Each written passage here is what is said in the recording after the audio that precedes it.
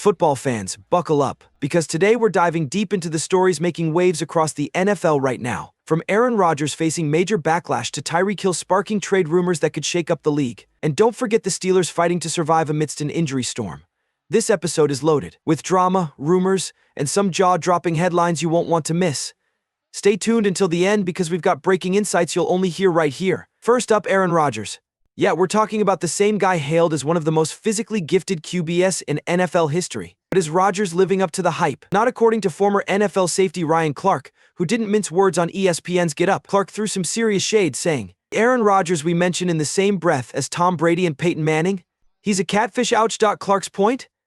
Brady and Manning transformed their second act teams. Brady took the Bucs to a Super Bowl, and Manning turned the Broncos into an offensive powerhouse. But Rodgers, his stint with the Jets isn't exactly off to a blazing start.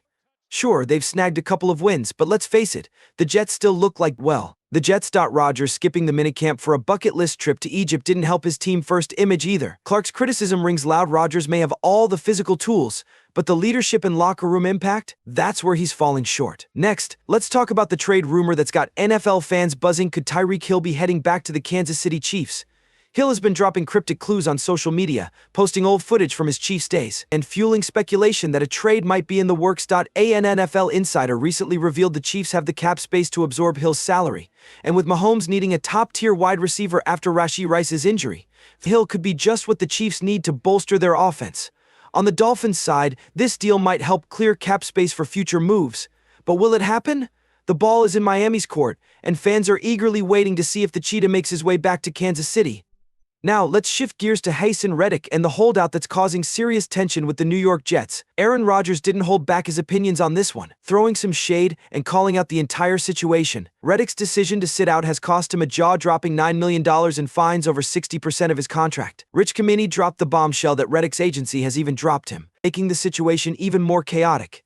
Jets fans are understandably frustrated, as their defense is struggling without him. The big question, can Reddick negotiate his way back onto the field, or will this holdout permanently damage his career and reputation? At 35, Travis Kelce still one of the NFL's most dominant tight ends, but whispers about his retirement have started swirling. In a recent interview, Kelce opened up about life after football, sharing advice he got from Patriots legend Julian Edelman. Kelce knows that football doesn't last forever, but he's already setting himself up for success after the game. Kelce mentioned, I've enjoyed every moment, but I also know that when you get a chance to play for a championship year in and year out, it's the best feeling in the world. Smart guy. He's got his eyes on business ventures, TV deals, and maybe even more surprise appearances at Taylor Swift's concerts.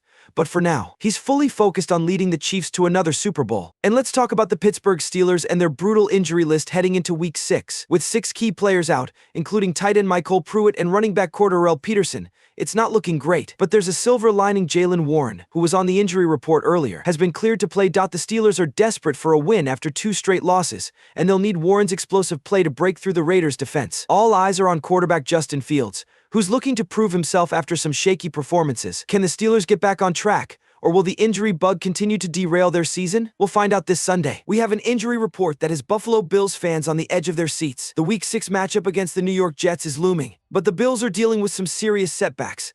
Key players like defensive lineman Ed Oliver and wide receiver Khalil Shakir are facing injuries that might keep them off the field in Monday's game. So, what does this mean for Buffalo? Let's break it down. Ed Oliver, a crucial piece of the Bills' defense, is officially ruled out. He's been dealing with a hamstring injury, which coach Sean McDermott says will likely sideline him until Week 7. And let's be honest, this couldn't come at a worse time for Buffalo. They need every ounce of firepower they can muster for the upcoming game against the Jets, and even more so when they face off against the Tennessee Titans next week. That's a game they can't afford to lose. But the Bills' woes don't stop with Oliver. WR Khalil Shakir and DT Austin Johnson are both questionable. Shakir is nursing an ankle injury, and while there's some hope he might play, it's all up in the air. And then there's Austin Johnson. He injured his knee in last week's practice, and his status is still uncertain. The team needs these players to be healthy if they want to secure the win. And don't forget RB James Cook. He's been dealing with a toe injury. Luckily, he's expected to play, but how effective he'll be remains to be seen. It's going to be a close call for Buffalo,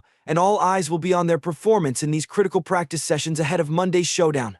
Next up, let's head to Pittsburgh, where things are heating up with the Steelers. The question on everyone's mind: who's starting at QB for their Week 6 game against the Las Vegas Raiders? Will it be the veteran, Russell Wilson, or the rising star, Justin Fields? Well, according to NFL insider Albert Breer, the answer might surprise you. Here's the deal: the Steelers coaching staff, led by offensive coordinator Arthur Smith, seems to be leaning towards Fields. Why? They believe that Fields gives them a better shot, not just for this game, but for the rest of the season. He's been electric, with over 960 passing yards and 5 touchdowns through Week 5, and his chemistry with the offense is undeniable. Meanwhile, Russell Wilson, who missed 5 weeks due to a calf injury, might get a chance to prove himself. The Steelers could test his fitness against the Raiders, but the general feeling is that his time as QB1 is coming to an end. Breer even said on the herd, Russell's chances of being the long-term starter are slim to none. Looks like the Steelers are putting their future in Fields. Meanwhile, Russell Wilson, who missed 5 weeks due to a calf injury, might get a chance to prove himself. The Steelers could test his fitness against the Raiders, but the general feeling is that his time as QB1 is coming to an end.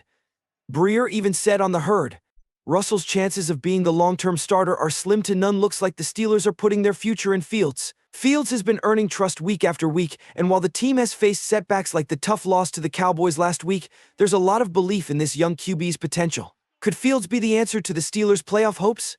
Only time will tell. Now let's shift gears to the Cincinnati Bengals and dive into the finances of their owner, Mike Brown. Did you know that Mike Brown is ranked as one of the least wealthy owners in the NFL, despite his team's impressive rise in value over the years? Let's break it down. The Bengals are currently valued at $4.1 billion, a huge leap from their original worth of just $7.5 million back in 1967. But here's the kicker: the team's value is still well below the NFL average of $6 billion. Yet, Brown remains one of the most respected owners in the league. Why?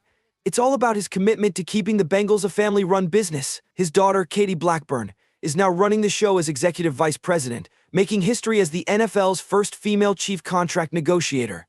Under their leadership, the Bengals have seen a resurgence in recent years, thanks in no small part to Joe Burrow and the belief this ownership has instilled in the team. Despite a rocky 1-4 start this season, the Bengals fan base remains loyal to the Browns. There's a sense of family, tradition, and hope even if the trophy case remains empty for now. Mike Brown's leadership may not be perfect, but the city of Cincinnati continues to rally behind him. So there you have it: injuries shaking up the Bills' lineup, the Steelers' quarterback controversy heating up, and a deep dive into the legacy of Bengals owner Mike Brown. What do you think? Will the Bills bounce back? Will Justin Fields lead the Steelers to victory? And can the Bengals turn things around this season?